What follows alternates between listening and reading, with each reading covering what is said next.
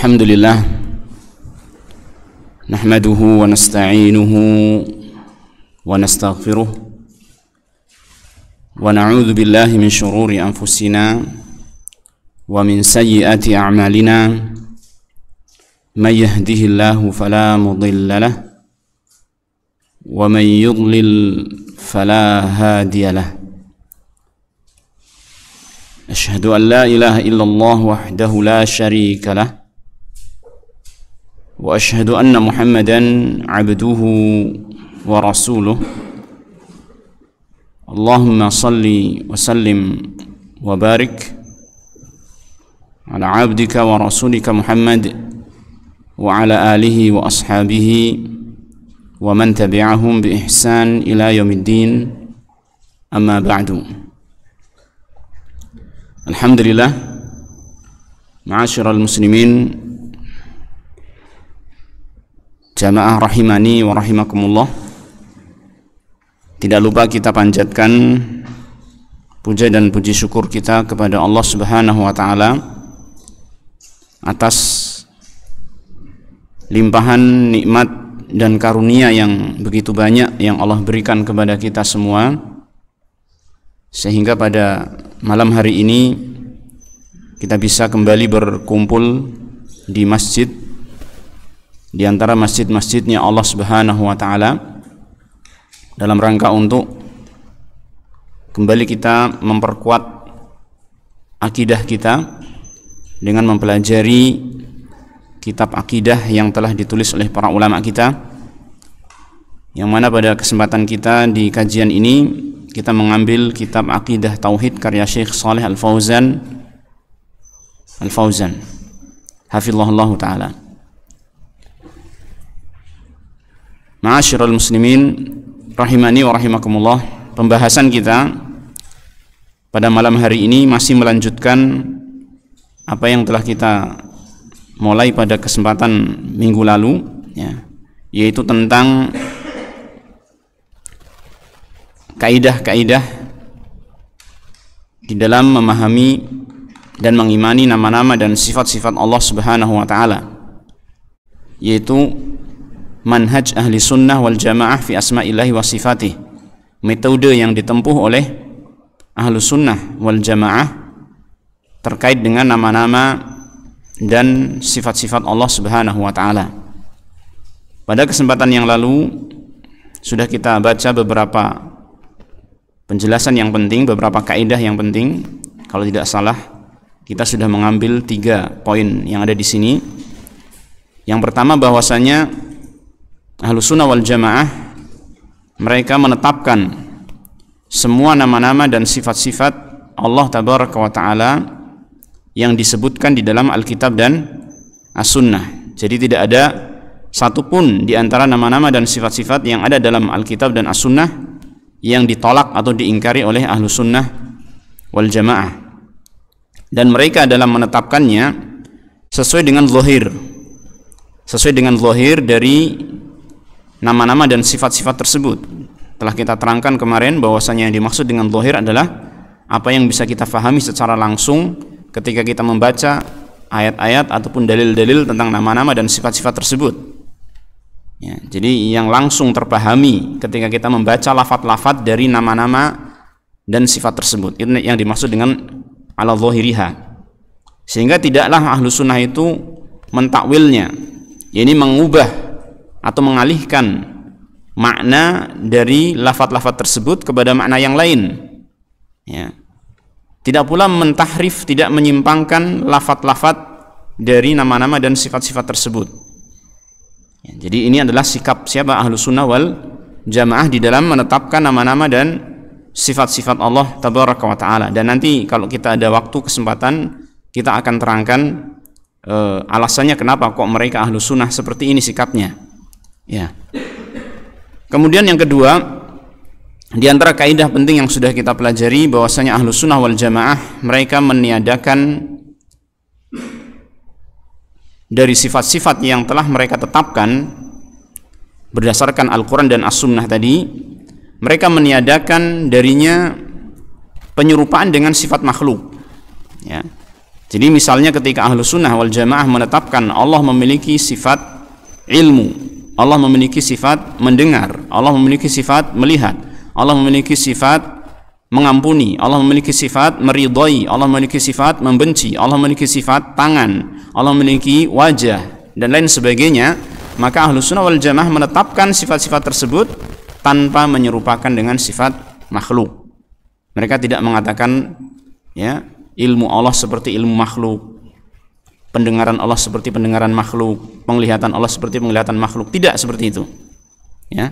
Sampai ketika mereka menetapkan tangan, maka mereka menetapkan tangan ini ya sesuai dengan keagungan dan kesempurnaan Allah Ta'ala, tidak sama dengan tangan yang ada pada makhluk. Nah, ini sikap Ahlus Sunnah wal Jamaah yang didasari oleh firman Allah Ta'ala, laisa kamitslihi syai' wa huwas samiul basir. Tidak ada sesuatu pun yang serupa dengan Allah Tabaraka wa Ta'ala, dan dia Allah Ta'ala maha mendengar dan maha melihat. Nah, itu yang kedua.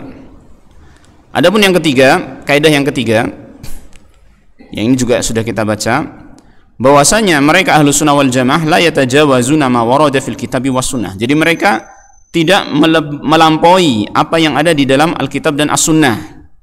Artinya mereka hanya mengikuti apa yang ada dalam Alkitab dan As-Sunnah. Ya, karena Alkitab dan As-Sunnah hakikatnya adalah wahyu yang turun dari Allah Subhanahu wa Ta'ala, yang mengetahui tentang dirinya sendiri. Allah Ta'ala dialah yang mengetahui tentang dirinya sendiri. Sedangkan Allah Ta'ala bagi kita adalah apa? Ghaib. Ya kan? Allah Ta'ala bagi kita ghaib. Kita tidak pernah melihat Allah Ta'ala di dunia ini, ya kan? Tidak pernah berjumpa langsung dengan Allah Ta'ala di dunia ini sehingga bisa menjelaskan tentang sifat-sifat Allah, nggak mungkin bisa. Maka mau tidak mau kita harus hanya tunduk kepada hanya mengikuti kepada keterangan dari Allah yang tentunya ada dalam Alkitab dan Sunnah. Maka Ahlus Sunnah wal Jamaah tidak melampauinya, tidak melampaui Alkitab dan As-Sunnah. Sehingga kalau ada penetapan terhadap nama-nama dan sifat Allah Ta'ala dalam Alkitab dan As-Sunnah, Ahlus Sunnah menetapkan. Kalau ada penafian terhadap suatu sifat ya, Allah Ta'ala dalam Alkitab dan As-Sunnah, seperti dinafikannya sifat mengantuk, dinafikannya sifat tidur, ya, dinafikan artinya apa? Ditiadakan. Ditiadakannya sifat ngantuk dari diri Allah, ditiadakannya sifat tidur dari diri Allah Ta'ala, seperti dalam ayat kursi yang sering kita baca, ya kan? Maka Ahlus Sunnah pun meniadakan sifat tersebut dari Allah Ta'ala. Kalau Al-Quran As-Sunnah menetapkan, Ahlus Sunnah maka mereka menetapkan. Kalau Al-Quran Sunnah meniadakan, Ahlus Sunnah juga meniadakan. Nah, kalau ada sifat-sifat ya, yang tidak disebutkan dalam Al-Quran penetapannya, tidak pula disebutkan peniadaannya, artinya didiamkan oleh Al-Quran dan As-Sunnah, ya, maka Ahlus Sunnah wal Jamaah juga tidak berani untuk menetapkannya, tidak berani untuk meniadakannya. Mereka juga diam. Ya, mereka juga diam.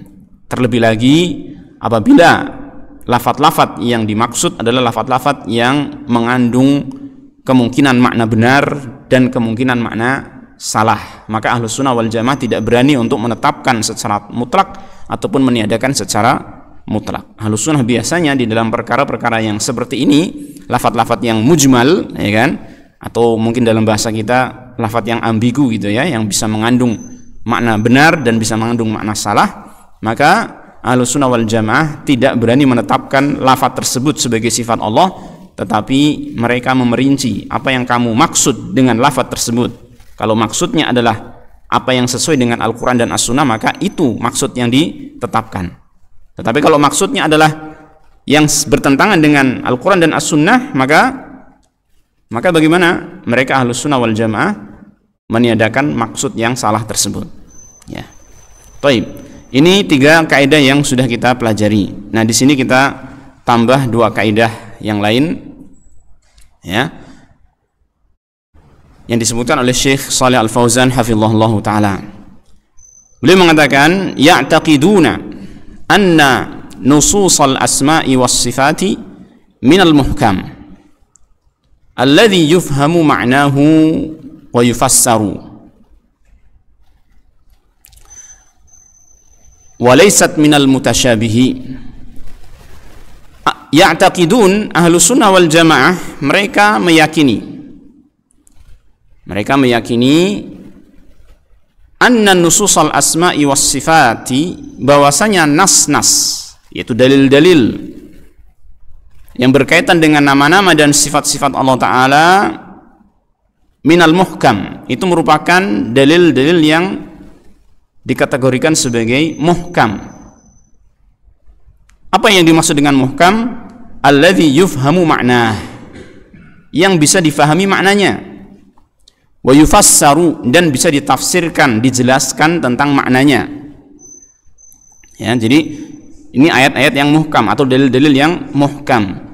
Walaysat minal mutasyabihi, dan bukan termasuk dalil-dalil yang mutasyabih. Apa maksudnya mutasyabih berarti? Ya, mutasyabih yang di dalam memahaminya terkadang itu rancu dengan perkara-perkara yang lain. Artinya yang tidak mudah difahami oleh manusia, namanya mutasyabih. Kalau yang muhkam, yang jelas maknanya bisa langsung difahami banyak orang, bahkan mungkin seluruh manusia bisa langsung memahami. Tapi kalau mutasyabih, ini dalil-dalil ataupun ayat-ayat yang kurang begitu jelas penunjukannya, sehingga terkadang membutuhkan ilmu yang lebih dalam untuk memahami ayat-ayat yang mutasyabih atau dalil-dalil yang mutasyabih. Nah, ma'asyiral muslimin rahimani wa rahimakumullah, tentang muhkam dan mutasyabih ini sebenarnya perkara yang sudah ditetapkan oleh Allah Ta'ala adanya. Ini dalil-dalil Al-Quran ataupun hadis itu ada yang disifati dengan muhkam, ada yang disifati dengan apa? Mutasyabih. Ya. Yaitu dalam surat Ali Imran. Kita bisa buka dalam surat Ali Imran ayat yang ke-7. Yaitu Allah Ta'ala berfirman, huwallazi anzala 'alaikal kitaba minhu ayatum muhkamatun hunna ummul kitab wa ukharu mutasyabihat. Ya. Jadi dalam surat Ali Imran ayat yang ke-7, Allah Subhanahu wa taala mengatakan, dialah yang telah menurunkan Alkitab, yaitu Al-Qur'an ini, alaika, kepadamu wahai Muhammad sallallahu alaihi wasallam, minhu, di antara isi dari Al-Qur'an ini adalah ayatum muhkamat, ayat-ayat yang muhkam. Diterangkan oleh para ulama, di antaranya dalam tafsir Sa'di, ya, tafsirnya Syekh Abdurrahman Sa'di rahimahullah taala, ay wadihatud dalalah laisa fiha syubhatun wala iskal. Itu ayat-ayat yang penunjukannya itu jelas, tidak ada kesamaran dan tidak ada kesulitan untuk memahaminya. Namanya ayat-ayat yang apa? Muhkam. Ya. Seperti misalnya wala taqrabuz zina, janganlah kamu mendekati zina. Muhkam enggak ini? Muhkam, jelas. Semua orang faham langsung ayat ini, ya kan? Wa aqimus shalah, muhkam enggak ini? Muhkam, tegakkanlah salat. Semua orang faham. Nah, namanya ayatnya apa? Yang muhkam. Hunna ummul kitab. Kata Allah Ta'ala, ayat-ayat yang muhkam ini sebagai induk, ya, rujukan dari kitab suci ini, ya, menjadi pokok-pokok isi Al-Quran, ayat-ayat yang muhkam. Sehingga kata para ulama, ayat-ayat yang muhkam ini, ya, nanti fungsinya adalah apa? Sebagai rujukan dari kita memahami ayat-ayat yang mutasyabih. Jadi ayat-ayat yang mutasyabih yang kurang begitu jelas maknanya, ya, bagi sebagian orang, maka untuk memahaminya dikembalikan kepada ayat-ayat yang muhkam. Ya. Sehingga dikatakan oleh Syekh Sa'di rahimahullah taala di sini dalam tafsirnya tentang ummul kitab, ay asluhu, yang menjadi pokok landasan dari kitab suci ini. Alladzi yurja'u ilaihi kullu mutasyabihin, yang semua ayat-ayat yang mutasyabih dikembalikan ke sana, dikembalikan kepada ayat-ayat yang muhkam ini, ya. Wa huwa mu'dhamuhu aktsaruhu, dan inilah yang menjadi mayoritas isi dari Al-Qur'an. Jadi jangan menganggap mayoritas isi Al-Qur'an itu adalah enggak jelas, enggak. Mayoritas isi Al-Qur'an adalah jelas, ya, muhkam. Adapun yang mutasyabih itu hanya sedikit. Itu pun mutasyabih ini, ma'asyiral ikhwah azanillah wa iyyakum jami'an, mutasyabih ini sifatnya adalah nisbi, relatif. Artinya apa? Banyak orang yang tidak memahaminya, tetapi ada juga orang yang bisa memahaminya dengan kedalaman ilmu yang diberikan oleh Allah Ta'ala kepadanya. Ya, ini. Taib. Wa ukharu mutasyabihat.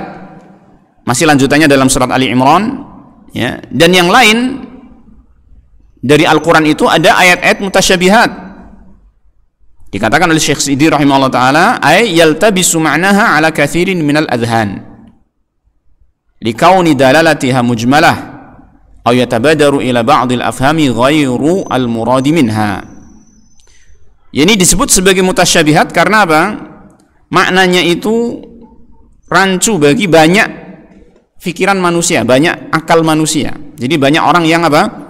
Dalam memahaminya itu tidak bisa langsung begitu saja dia langsung paham. Ya. Karena apa?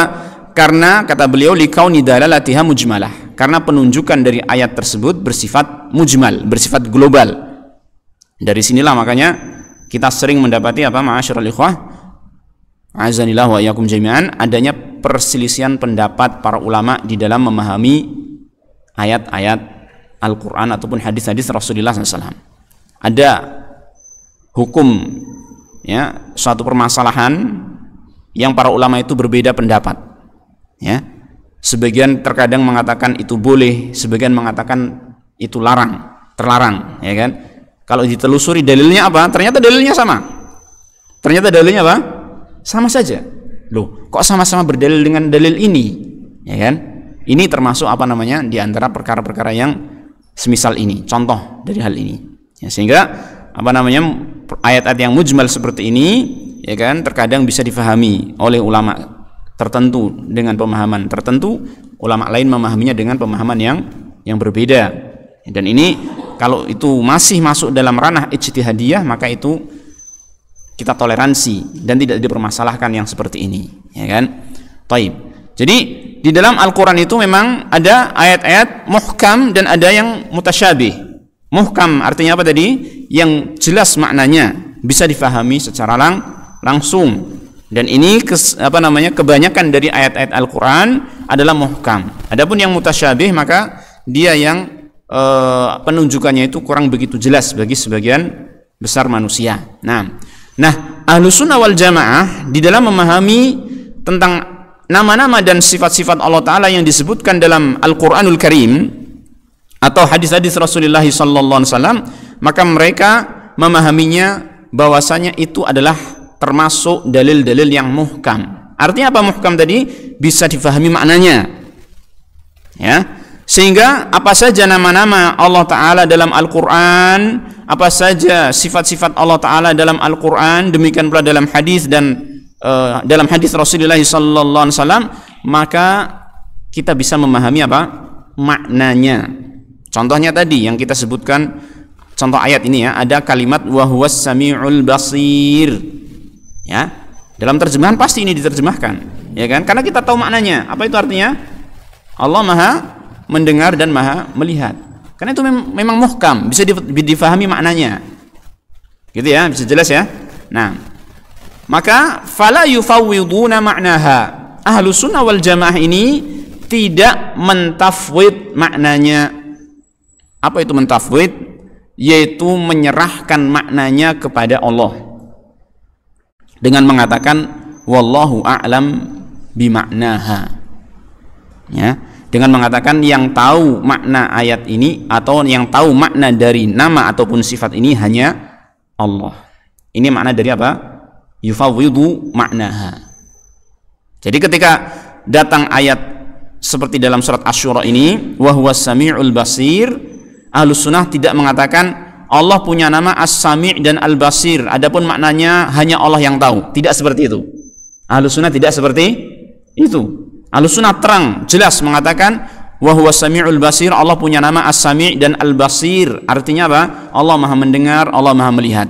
Dengan pendengaran yang sempurna, dengan penglihatan yang sempurna, tidak menyamai pendengaran dan penglihatan makhluk. Itu Ahlus Sunnah wal Jamaah. Bisa difahami ya? Jadi tidak seperti orang-orang yang menganggap Al-Quran ini semacam teka-teki, ya enggak? Allah Ta'ala menyebutkan tentang nama dirinya, menyebutkan tentang sifat-sifat dirinya, tetapi kok kita nggak diberitahu maknanya, kita nggak tahu maknanya. Kira-kira maknanya apa? Teka-teki, hanya Allah yang tahu. Nah, ini merupakan apa? Celaan terhadap Al-Quranul Karim, ya kan? Celaan terhadap Allah Ta'ala itu sendiri. Ya, Allah mengenalkan dirinya kepada kita, tapi dengan lafaz-lafaz yang tidak kita ketahui maknanya. Padahal ini perkara yang penting. Bahwa manusia itu harus beribadah kepada zat yang paling berhak disembah. Dan kita harus tahu ini tentang sifat-sifat Allah Ta'ala agar kita betul-betul yakin bahwasanya ini memang berhak disembah, ya kan? Maka tentunya konsekuensinya adalah nama-nama dan sifat-sifat tersebut pasti kita ketahui maknanya. Itu yang benar. Nah, demikianlah Ahlussunnah wal Jamaah dan juga para salaf terdahulu seperti itu. Tidak mentafwid maknanya, tidak menyerahkan maknanya kepada Allah Ta'ala, kama yansubu dzalika ilaihim man kadzaba alaihim, sebagaimana yang dinisbatkan hal itu kepada mereka oleh orang-orang yang berdusta atas nama mereka. Aw lam ya'rif manhajahum min ba'dil muallifin wal kuttabil mu'asirin, atau dinisbatkan kepada Ahlus Sunnah oleh orang-orang yang tidak mengetahui manhaj mereka, metode mereka, ya, di antara orang-orang yang membuat karya tulis atau para penulis, para penulis, ya, muallifin wal kuttab, para penulis yang ada di masa kontemporer ini. Maksudnya apa? Maksudnya sebagian orang, ya, sebagian orang ada yang menuduh bahwasanya Ahlus Sunnah itu, bahwasanya as-salafus saleh itu manhaj mereka itu tafwid makna. Menuduh bahwasanya salafus saleh terdahulu dalam memahami nama-nama dan sifat-sifat Allah Ta'ala mereka melakukan tafwidul makna, yaitu menyerahkan maknanya kepada Allah. Mereka menganggap nama-nama dan sifat-sifat itu tidak diketahui maknanya, yang tahu hanya Allah Ta'ala saja. Jadi ada sebagian orang yang menuduh bahwasanya Ahlus Sunnah seperti itu, atau mengklaim bahwasanya as-salafus saleh seperti itu, dan ini jelas tuduhan yang keliru, ya. Kalau kita mau merujuk kepada keterangan yang ada di dalam athar, ya, nukilan-nukilan dari para salaf terdahulu, maka kita akan tahu bahwasanya apa? Ahlus Sunnah wal Jamaah mulai dari para sahabat radhiyallahu anhum dan kemudian tabi'in, tabi'ut tabi'in dan seterusnya yang mengikuti mereka, maka mereka menjadikan bahwasanya nama-nama dan sifat-sifat Allah Ta'ala yang ada dalam Al-Quran dan As-Sunnah sebagai nama-nama dan sifat-sifat yang bisa difahami maknanya, ya. Sebagai contoh, ketika kita membaca tafsir Al-Quran seperti dalam tafsirnya Ibnu Katsir rahimahullahu ta'ala, ya, ini contoh yang sangat mudah, bisa kita lihat dalam tafsir Ibnu Katsir rahimahullahu ta'ala ketika menafsirkan firman Allah Ta'ala, Allahus Samad, Allah adalah As-Samad. As-Samad ini salah satu nama Allah, kan? Ya enggak? Sehingga terkadang orang dikasih nama apa? Abdus Samad, ya kan? Hambanya As-Samad. Jadi As-Samad itu namanya Allah. Nah, ketika menjelaskan tentang As-Samad ini, ya, Ibnu Katsir rahimahullah ta'ala membawakan nukilan yang cukup banyak dari para salaf, ya kan? Kita bacakan saja di antaranya.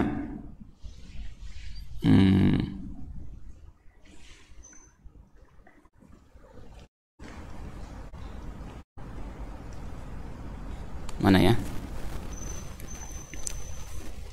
Nah, di sini dari Ibnu Abbas radhiyallahu anhuma, dia mengatakan As-Samad itu adalah As-Sayyidul ladzi qad kamula fi su'dadihi, Asy-Syariful ladzi qad kamula fi syarafihi, Al-'Azimul ladzi qad kamula fi 'azamatihi, Al-Halimul ladzi qad kamula fi hilmihi, Al-'Alimul ladzi qad kamula fi 'ilmihi, dan seterusnya.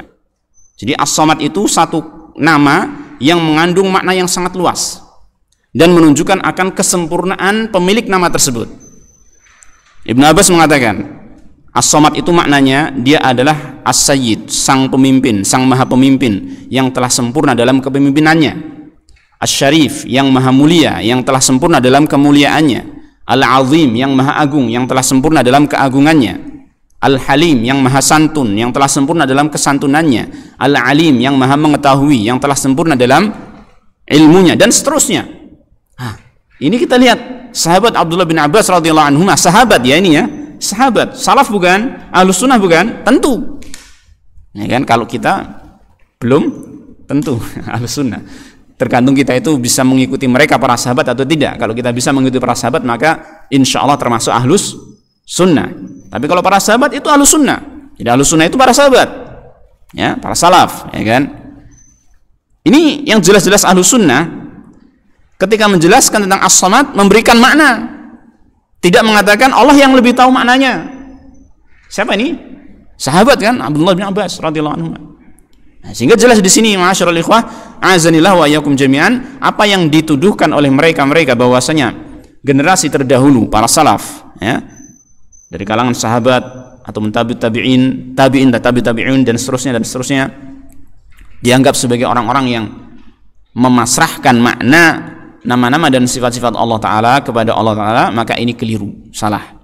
Bahkan mereka ahlus sunnah wal jamaah dari kalangan sahabat, tabi'in, ya, mereka menetapkan nama-nama dan sifat-sifat Allah Ta'ala sekaligus menetapkan maknanya sesuai dengan zahirnya.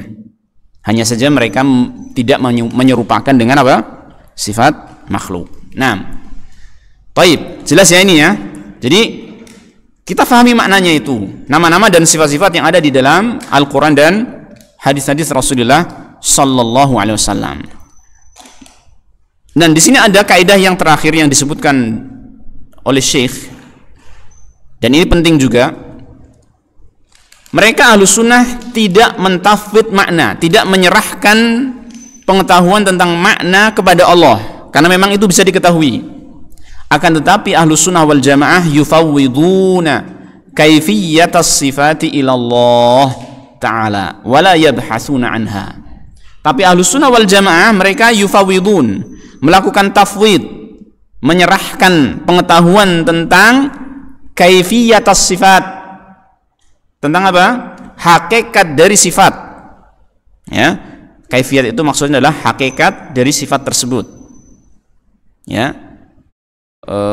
Seperti misalnya kita menetapkan Allah Ta'ala memiliki tangan, ya kan, maka maknanya adalah tangan, betul, ya, karena itu termasuk ayat yang muhkam, ya kan, bal yadahu mabsutatan, kedua tangannya terbuka lebar, gitu kan, itu ayat muhkam, maka kita fahami itu Allah punya tangan, betul, dua tangannya. Cuman bagaimana tangannya? Seperti apa tangannya? Ini Ahlus Sunnah wal Jamaah bagaimana? Yufawwidun, mereka menyerahkan pengetahuan tentang bagaimana tangan Allah Ta'ala, bagaimana sifat Allah Ta'ala, ya, mereka memasrahkan pengetahuan tentang itu kepada Allah. Hanya Allah yang tahu tentang bagaimana tangan Allah Tabaraka wa Ta'ala. Sehingga Ahlus Sunnah tidak berani membayangkan tentang tangan Allah seperti apa, tidak berani membayangkan wajah Allah seperti apa, tidak berani mendeskripsikan, menjelaskan tangan Allah begini, nggak bisa, ya, karena itu hanya Allah Ta'ala yang tahu.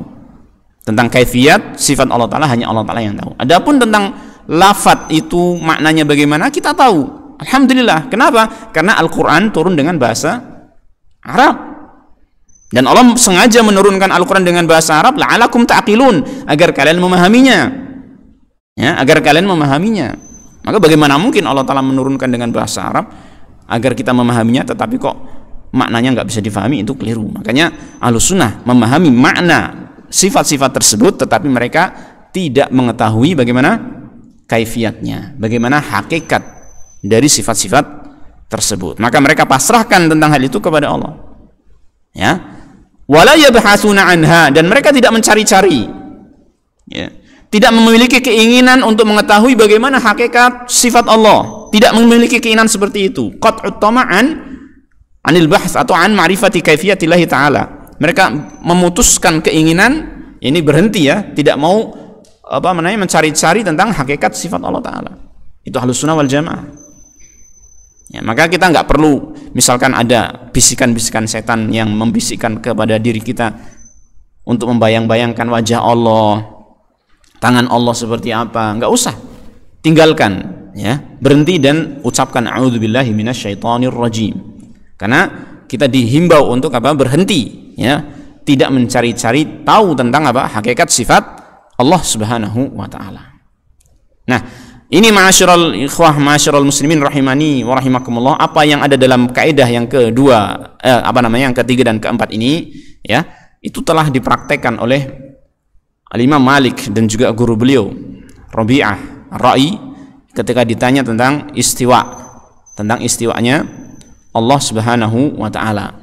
Ya, ada seseorang yang bertanya, ya kisahnya mirip ya antara Imam Malik dengan guru beliau, bertanya tentang bagaimana istiwanya Allah Tabaraka wa taala. Allah mengatakan Ar-Rahman 'alal 'arsy istawa.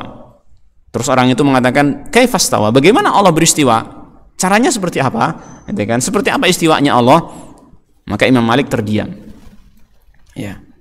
Maka inti jawaban dari Imam Malik adalah apa? Al-istiwa'u ghairu majhul. Ya. Wal kaifu ghairu ma'qul, atau kama qala Imam Malik rahimahullah. Intinya adalah bahwasanya istiwa itu bukan suatu hal yang kita nggak tahu maknanya. Kita tahu maknanya istiwa. Istiwa itu di atas sesuatu yang lain. Ya, jadi Allah istawa 'alal 'arsy maknanya Allah di atas 'arsy. Itu maknanya. Jadi al-istiwa'u ma'lum, gampangannya gitu ya.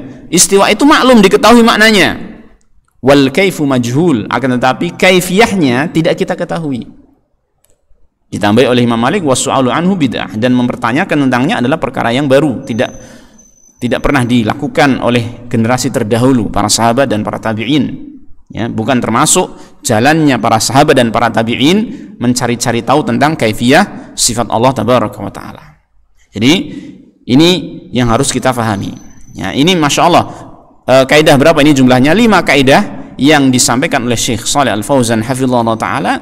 Insya Allah sudah mencukupi kalau kita memahaminya dan kita praktekkan di dalam apa? Kita mengimani nama-nama dan sifat-sifat Allah Subhanahu wa taala. Masih ada 8 menit ya. Taib.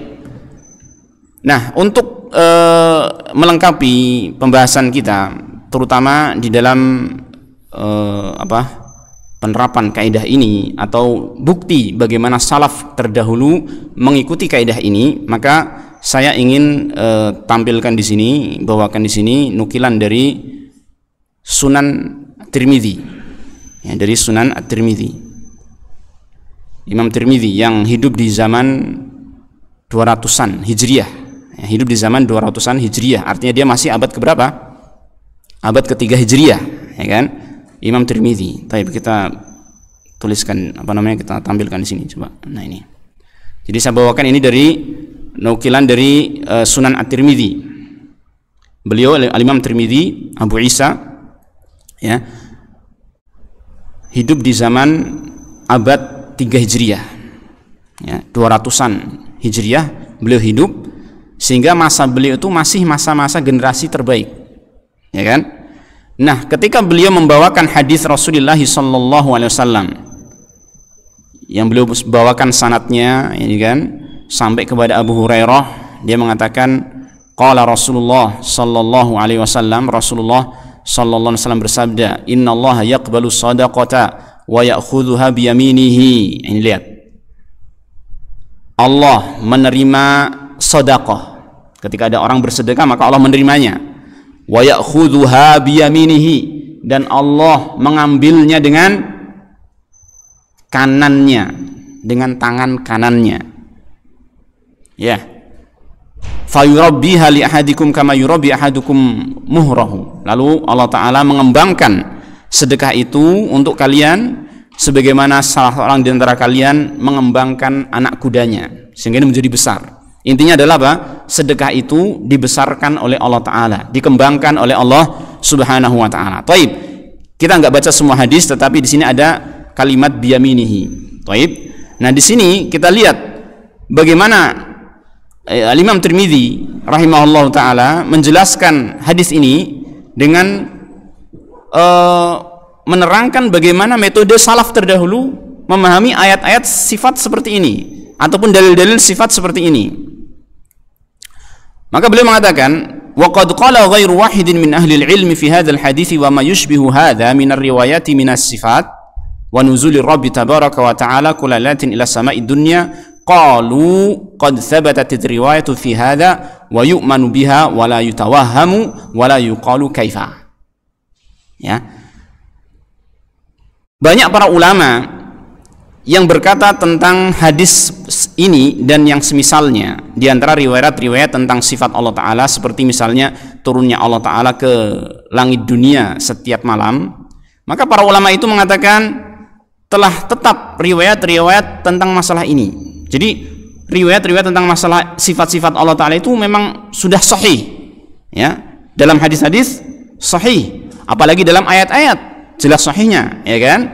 Maka mereka mengatakan, para ulama mengatakan wa yu'manu biha, dan itu harus diimani, wala yutawaham, dan tidak boleh dibayang-bayangkan, wala yuqalu kaifa, tidak boleh dikatakan bagaimana sih sifatnya Allah Ta'ala. Lihat, ya, ini kata Imam Tirmidzi menjelaskan tentang bagaimana sikap para ulama terdahulu. Hakadha ruwiya an Malikin wa Sufyana ibni Uyainata, demikian juga diriwayatkan sikap seperti ini dari siapa? Malik dan Sufyan ibnu Uyainah dan Abdullah bin Mubarak, annahum qalu fi hadhil ahadits amirruha bila kaif. Mereka mengatakan tentang hadis-hadis ini, amirruha bila kaif, ya, perlakukanlah hadis-hadis tersebut, biarkanlah hadis-hadis tersebut tanpa menanyakan bagaimananya, tanpa menanyakan hakikat dari sifat-sifat tersebut. Hakadha qaulu ahli ilmi min ahli sunnati wal jamaah. Inilah, ya, demikianlah pendapatnya, keyakinannya para ulama dari kalangan ahlu sunnah wal jamaah. Jelas ya? Ini ahlu sunnah wal jamaah. Ini saya bawa antum untuk membawa melihat perkataan ulama terdahulu biar lebih tenang hati kita. Kalau Syekh Fauzan itu kan ulama sekarang. Ini kita bawakan perkataannya Imam siapa? Tirmidzi rahimahullah taala. Jauh abad-abad yang lalu, ya. Lalu beliau mengatakan wa ammal Jahmiyah, adapun Jahmiyah, ya, satu kelompok yang dipelopori oleh Jahm bin Safwan sehingga disebut Jahmiyah. Fa ankarat hadhihi riwayati, maka mereka mengingkari riwayat-riwayat ini. Wa qalu hadza tashbih, mereka mengatakan kalau kita menetapkan sifat-sifat itu berarti kita menyerupakan dengan makhluk. Ini Jahmiyah. Ini awal mula mereka menolak sifat-sifat Allah. Awal mula mereka mengingkari sifat-sifat Allah Ta'ala, atau mentakwilkannya kepada makna yang lain, atau mentafwidkannya. Karena ada tiga hal ini: menolak, mentakwil, mentafwid. Dimulai dari anggapan bahwasanya dalil-dalil itu, nama-nama dan sifat-sifat itu memberikan tasbih, penyerupaan dengan makhluk, ya. Jahmiyah mengatakan ini ayat-ayat dan dalil-dalil tentang sifat ini adalah tasbih, makanya jangan ditetapkan, ya. Sehingga mereka mengatakan kalau antum menetapkan Allah punya tangan, berarti antum menyerupakan dengan makhluk. Padahal kita mengatakan itu karena ada ayat Allah menyatakan seperti itu, kan gitu kan, ya. Mereka mengatakan tasbih, sehingga akhirnya mereka menolak atau mentakwilkan, ya kan. Waqad dzakara Allah azza wa jalla fi ghairi mawdhi'in min kitabih al-yada was-sam'a wal-basar. Padahal Allah Ta'ala telah menyebutkan dalam banyak tempat dari kitabnya, menyebutkan sifat tangan, sifat mendengar, sifat melihat. Fata'awwalatil jahmiyatu hadhil ayati, maka orang-orang Jahmiyah itu mentakwilkan ayat-ayat ini, ya, memalingkan ayat-ayat tersebut kepada makna yang lain. Fafassaruha ala ghairi ma fassara ahlul ilmi, sehingga mereka mentafsirkan, menjelaskan ayat-ayat tersebut, sifat-sifat tersebut tidak sebagaimana yang dijelaskan oleh para ulama ahlu sunnah wal jamaah. Mereka mengatakan bagaimana? Innallaha lam yakhluq Adama biyadihi. Mereka mengatakan Allah tidak menciptakan Adam dengan tangannya. Kalau kita yang kita yakini kan bagaimana? Allah menciptakan Nabi Adam dengan tangannya, ya kan? Itu sebagaimana yang Allah Ta'ala sebutkan dalam Al-Quran, ya, ketika berkata kepada iblis yang enggak mau sujud kepada Nabi Adam, ya iblis, ma mana'aka an tasjuda lima khalaqtu biyadayya, wahai iblis, apa yang menghalangimu untuk sujud kepada Adam yang telah aku ciptakan dengan kedua tanganku. Allah yang menyebutkan langsung, tapi mereka mengatakan apa? Allah tidak menciptakan Adam dengan tangannya. Masya Allah. Wa qalu inna ma'nal yad hahuna al-quwwah, dan mereka mengatakan makna yad di dalam ayat ini bukan tangan tetapi apa? Quwwah, kekuatan. Ini sudah mulai mentakwil. Awalnya menganggap ayat itu mengandung tasbih sehingga mereka akhirnya mentakwil. Mentakwil itu artinya apa berarti? Menolak makna tangan, kan itu kan? Menolak sifat tangannya Allah Tabaraka wa taala. Ini tentang orang-orang Jahmiyah, dan ini di orang-orang Jahmiyah itu ikhwan, ya kan? Itu nanti diikuti atau berkembang ya. Berkembang nanti ada Mu'tazilah, ada lebih rendah lagi, ada Asy'ariyah gitu kan, dan lain sebagainya. Ini pemahaman tentang yang diusung oleh Jahmiyah. Wa qala Ishaq bin Ibrahim, Ishaq bin Ibrahim mengatakan, ini termasuk ulama ahlu sunnah ya, innama yakunu tashbihu idza qala yadun kayadin. Yang namanya tasbih itu adalah apabila dikatakan tangan itu seperti tangan ya. Kalau saya katakan tangan antum seperti tangan monyet, baru dikatakan saya itu menyerupakan antum dengan monyet. Wajah antum seperti wajah monyet, itu namanya tasbih, menyerupakan. Adapun ketika saya mengatakan antum punya tangan, monyet juga punya tangan, tangan antum beda dengan tangan monyet, menyerupakan enggak? Menyerupakan enggak?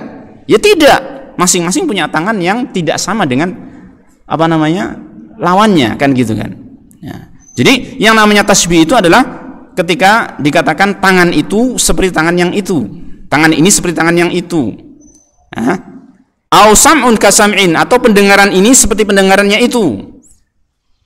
Ini namanya tasbih. Fa idza qala sam'un kasam'in au mithlu sam'in fa hadha tasbih. Kalau mengatakan seperti itu, inilah yang namanya tasbih ya. Amma idza qala kama qala Allah Ta'ala yadun wa sam'un wa basarun wa la yaqulu kaifa wa la yaqulu mithlu sam'in wa la kasam'in fa hadha la yakunu tashbihan wa huwa kama qala Allah Ta'ala fi kitabih laisa kamitsli syai'un wa huwa as-sami'ul basir.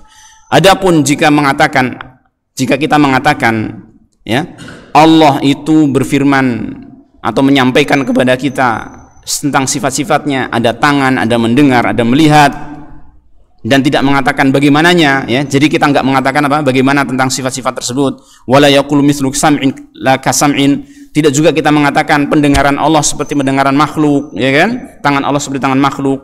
Maka yang seperti ini fahadza la yakunu tashbihan. Ini bukanlah tasbih. Bahkan itu menetapkan seperti yang Allah tetapkan. Wa huwa kama qala Allah Ta'ala, itu selaras dengan apa yang Allah firmankan fi kitabihi, dalam kitab sucinya, laisa kamitslihi syai' wa huwas samiul basir. Tidak ada sesuatu pun yang serupa dengan Allah, dan dialah Maha mendengar, Maha melihat. Jelas ini ya.